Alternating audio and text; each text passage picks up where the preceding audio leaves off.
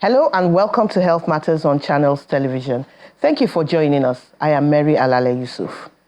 Many people take their skin for granted, abuse it, neglect it, or compromise it. Yet as the largest organ in the body, it acts as a protective barrier between the external environment and internal organs. The skin is stronger than we realize and can heal itself. There's something else about this wonderful organ. Experts say it reveals secrets of what's going on in the body. According to the International Society of Dermatology, over 3,000 skin diseases affect more than 1.8 billion people globally at any given time. Also, over 3 billion people worldwide lack proper access to skin care. Good skin care is purported to reduce or prevent some skin conditions.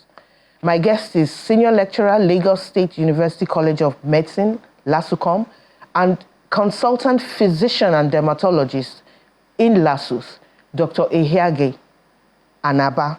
You're welcome to the show. Thank you.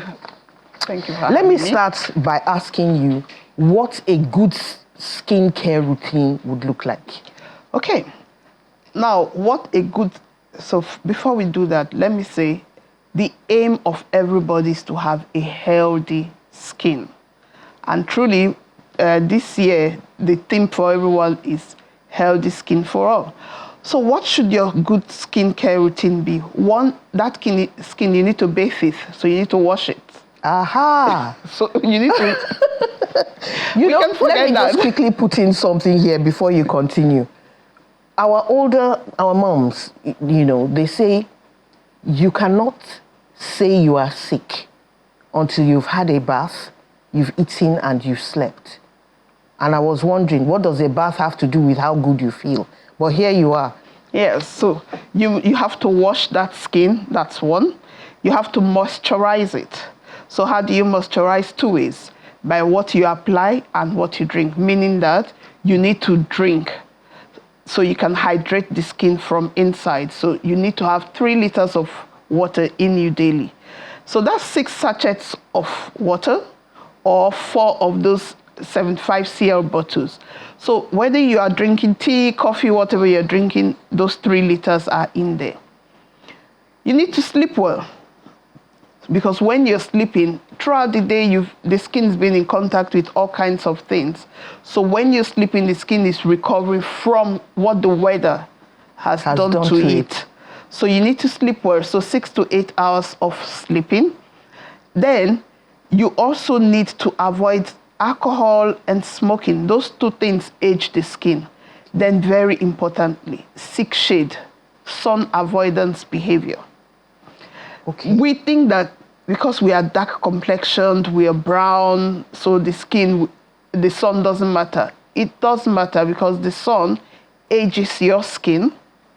The sun induces some diseases on the skin. It makes some diseases worse, and then it can induce cancer. So in a nutshell, and then also very importantly, fruits and vegetables in your diet, antioxidants. Because throughout the day, your body is metabolizing all kinds of things, making all kinds of metabolites. So with your fruits and vegetables, you get vitamins and all that. Those mop up those metabolites, because those metabolites age the skin and also induce some other diseases. So in a nutshell, bathe that skin. I'm sure some people apply a moisturizer. You to mention only what we rub, but you've gone into so many things. Yeah. So let me ask you, do black people need to use sunscreen? Yes, we do. Emphatically, yes. But we don't do that, do we? We don't do that because, first of all, we had the colonial masters who didn't tell us that, and who told us that our skin, because it's brown, the sun is okay for us. No. There's nobody that is black. Black is this chair that you're sitting on. That's right. So who is black? Neither is there anybody that is white. White is this white paper. So we have variations in our color shades. We are all born with the same amount of melanocytes. Melanocytes make melanin. The color. The color that we have. So we are born with the same amount of melanocytes, we make the same amount of melanin, but the distribution of this melanin and the size differs. So that gives us the color shades that we all have. The fact that you and I are brown does not mean that the sun is for us. No, the sun is radiating UV A, is radiating UVB. Those rays are aging your skin. I shall have to go and look for some sunscreen. Let's go to something else that, has been on my mind. A lot of people by now know that skin lightening, popularly called bleaching, is not good.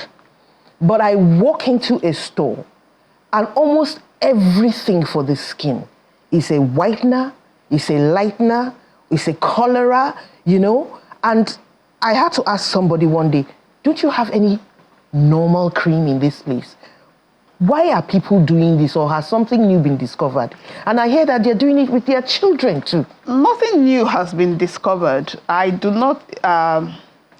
So in this mentality of if you are light complexioned, it means that you are wealthy. And you're beautiful. You are beautiful. So we had the song Omo Pupa or yes, Omo Mupa thing. That's where we are. So the people have arrived at light complexion makes you beautiful. And our movie industry is not helping matters. So you are light complexioned, you have lead role, you are portrayed in a special way. So that's not helping matters. That gives out the idea that I need to be light complexioned. Guess what? My daughter, she travels a lot. She was somewhere giving in Ethiopia. After the meeting, she was the lead person for the meeting. Somebody calls her aside. She's brown like me. Say, you're very intelligent and you're moving around. You need to make yourself lighter. Oh, really? Imagine that. So as far as that person was concerned, in this your business of you've not packaged yourself completely. So of course, the makers of these creams, they are here to make money. We have told them we no longer want moisturizers, we want something to lighten our skin. So their moisturizing business is going south. So they've moved on to providing the bleaching range. So even when you go to, I can't name brands. Mm-hmm. So when you go to our normal brands even, they have their moisturizing range, they have their lightening range. Yeah. So when you say, I'm buying Anabar cream, you always knew that Anabar cream was for moisturizing. Mm-hmm. So the unsuspecting public may say, I'm buying Anabar cream, but you've inadvertently bought the part of the Anabar cream that is for lighten you. So skin. We have to be very wise about what we choose. So once you pick up anything to cream yourself, once it says lightening, toning, fairing, maintaining complexion, glowing, popping, just know you've moved away from a simple moisturizer. Okay. And it's a moisturizer that you need. Once your skin is well hydrated from inside and well moisturized from outside, that skin will look good. You were telling me earlier about lotions, difference between lotions, creams, and then greasy stuff like petroleum jelly. It took me by surprise. I hadn't heard such a thing before. And how do we use them? Okay, so when we look at, as a dermatologist, when the public says cream, they are thinking we are discussing something to lighten your skin. So please no. Now we are discussing consistency, not brand, please. So if we look at the things we put on our skin, we have things like petroleum jelly, shea butter. That's the thick end of it. Then we have things like lotions, which is a bit fluid. Now, lotions are made that way because they contain like 60 to 70% water, so it's fluid and very little oil. Then in between that extreme of the jelly and that very oily one and the lotion, you have cream. We are discussing consistency. So cream is not as oily as the other end of the jelly. Neither is it fluid like you have the lotion. Now, the idea is that somebody who already has an oily skin would use a lotion. The water will evaporate and leave you with only a thin film of oil, so you do not feel uncomfortable, you are not feeling too oiled. But the person who has a dry skin has no business with a lotion. You need something that is creamy or something that is like shea butter or jelly consistency. Because if you go and use a lotion, your skin will just be drier. Like we see ourselves during the dry season. You say, oh, I applied the lotion, you just look white. That's because you've applied something wrong. And when you have an oily skin, you have no business really with shea butter, jelly consistency, and the cream consistency. Okay, so let's move on to something a bit different. What systemic diseases can you tell a person has from looking at the skin? Okay, now the skin, for a dermatologist, that's a doctor who's been trained in skin diseases. So the skin is your hair, your nails, your skin as you know it, and some of your mucous membranes, so around the mouth, around the vagina, inside, and the eye. All that is skin? Yes, that's the skin. So any disease to do with that is the dermatologist. And now, from what I've described, you can see that the skin wraps you from head to toe. Oh, yes. So we can know for sure when you have something wrong inside. So now you have, the skin is looking reddish, so there's a problem, there's an inflammatory disease going on. The skin looks yellow, I know that you've got a liver disease. There are some growths you have, I know that your cholesterol is high. Okay? Then there are some things that just happen on your skin and we know immediately there's something not right with this person. You have some half and half nails, I know that you've got a kidney disease. You look pale and I know that blood level is low. So from your skin, like I said to my patients, you sit down and I know immediately what you've been applying on that skin. And I'm telling you, you're looking at it, I say, yeah, because your skin is speaking. So you're losing hair. We can talk about some diseases, hormonal diseases. You have a lot of acne, like an older person, you're in your 20s, early 30s, suddenly acne all over the place. We have to look at, do you have what we call polycystic ovarian disease? You are suddenly growing unwanted hair. We need to check that because that means there's a hormonal problem. Imbalance. So really your skin does speak. It tells us what is going on. Wow. This year, there's, the World Skin Day is celebrated in July, and they're talking so much about skin health access, saying that it's not enough. What is skin health access like in Nigeria? Okay, so World Skin Health Day is every year, and we've always celebrated that. So it's a global initiative to create awareness about the skin. We talk about, oh, the kidney failed, the heart failed. The skin does fail. And yes, the human skin does fail. And when your skin fails, that's trouble for everybody. Skin fails? Yes, the skin fails. You can have skin failure. And that's trouble for everybody. Now, when we talk about access to skin, so we are discussing access to the dermatologist. We are discussing access to having your skin diseases sorted out. Truly, globally, there are not enough doctors. So it's not just with dermatology or the skin now. There are not enough doctors. So really, how do people get access to the specialists? So we, on our own, over the years, we've tried to give talks to non-dermatologists so that we can say, when you see this, this is what you can do. When you see this, send this person to the dermatologist. And we recognize that in our rural areas, those people are not going to have this access that we're talking about. That's correct. They don't even have access to the GPs yet, not talk of having access to the dermatologist. So that's what we're talking about. Let's take a quick break. We're going on a short break. Wait for us on the other side. Welcome back. We're talking about the importance of taking care of the skin. And we are here with Dr. Anaba. You can call for questions you have on the skin. Call 0808-054-2233 or send a message on X at CTV_Mary A while the program goes on. Is there really something you can do, a skin routine? Because people keep boasting about this thing. Let's know for once and for all. That keeps you looking youthful and removes your eye bags and takes care of your wrinkles. You can delay those things, but not take them because those are actually parts of natural aging. So if you have a well-hydrated skin, you have skin that is protected from the sun, you've done your sun avoidance behavior. You have skin that is well moisturized and skin that is well nourished. And skin that you exercise, because exercise is good for you. You're not smoking, no alcohol. So you're actually not doing things that will age the natural process. Then you can delay those things happening. But that you will never get wrinkles, that's not true. Okay. Let me ask you, albinos have peculiar skin. Yes. They're a bit different from everybody else.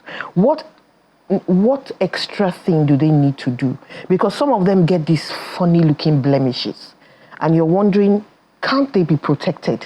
Those are not blemishes, actually. Those are diseases because of the sun. Okay. So now the person who is living with albinism, they don't call them albinos anymore. Living with albinism. Yes. So the problem there is that they are not making this melanin. Okay. So they don't have protection. So they don't have protection. So all our people that are deliberately taking off their own melanin, just know that you have the same things that these people have. So they do not have that melanin to protect them from the effect of the sun.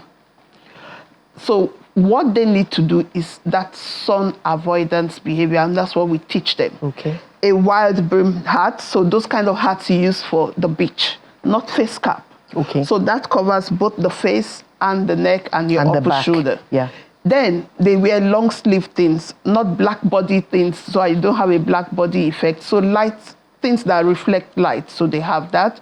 And then they can wear sunshades, because you were talking about wrinkles. So sunshades. Okay. To protect the eyes, because when you're in the sun, you squint like this, you're going to have that. So sunshades, okay?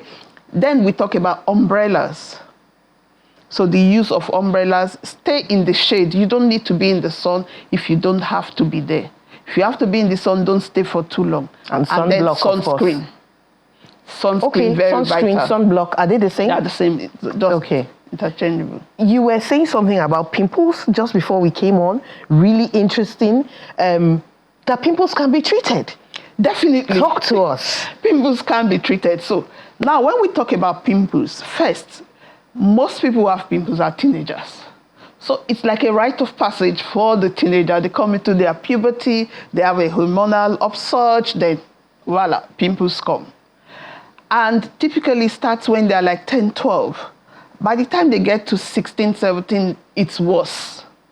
Because you also recognize that that's when the shape is changing, the voice is, everything is changing, so it gets worse. So from that teenager who had that tiny, just white heads, you suddenly have some rocks and all that, they feel uncomfortable. For most teenagers, by the time they're 20, 21, they are done. Everything is gone, okay. But for some individuals, it's done, but... Let me just pause you there. I believe we're getting a call. Hello. Good afternoon. Hello, Yemi. Yes, good afternoon. Good afternoon. What's your question? The health matter. Hello? Go on, we can hear you. Okay, I noticed there were some black patches around my eyes. So I don't know, I was just wondering, around my face, around the eyes. I was just wondering what the issue is. We've got the gist of it, Yemi. Black patches around the eyes. So when he says patch, like a black face. A patch for me is just an area of discoloration, which is different from a growth. Okay. So I don't know what he means by patch, but whatever it is, he needs to go see the dermatologist who will have a look at it and say, do you need treatment for this or you don't? Because there are some things that will come when you are getting older. So when people say, oh, I have skin tags on the face, I have this, those are all coming on. Skin from tags. aging. They're those extra little pieces that come out. Yeah, you can see some on my face. Why?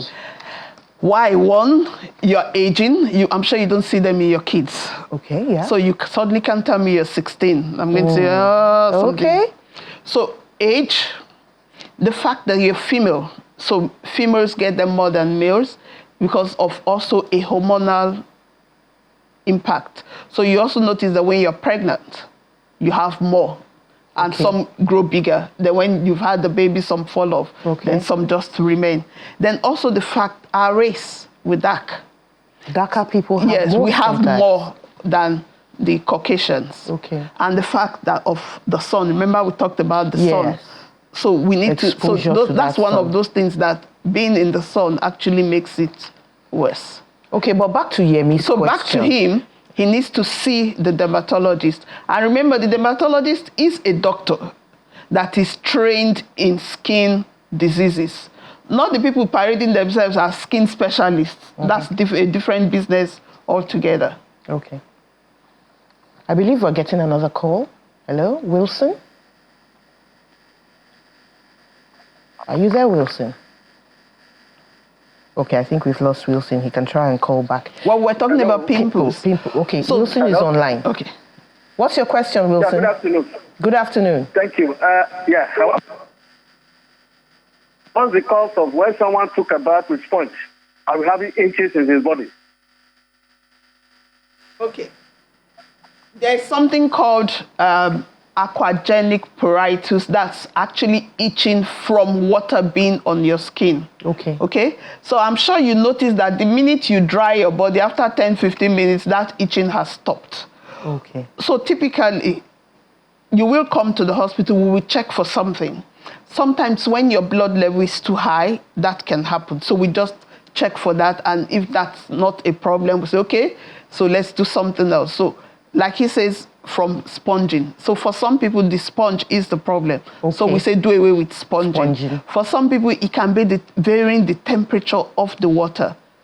For some other people, we just say don't stay too long in the bath. Just in, out. And out. Dry the skin. Let's wrap up the pimple thing in 1 minute. So the pimple thing, just know that pimples is medically referred to as acne. Okay. And then when we talk about acne, you have different severities. So you can have somebody who has just white heads, or somebody who has white heads and black heads. Then you can have somebody who has those red ones and those ones that are filled with pus, or you can have those ones who have like nodules.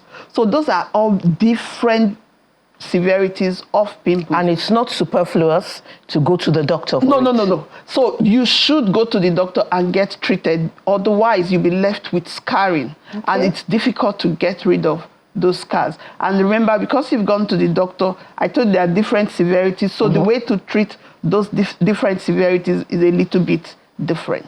All right, then.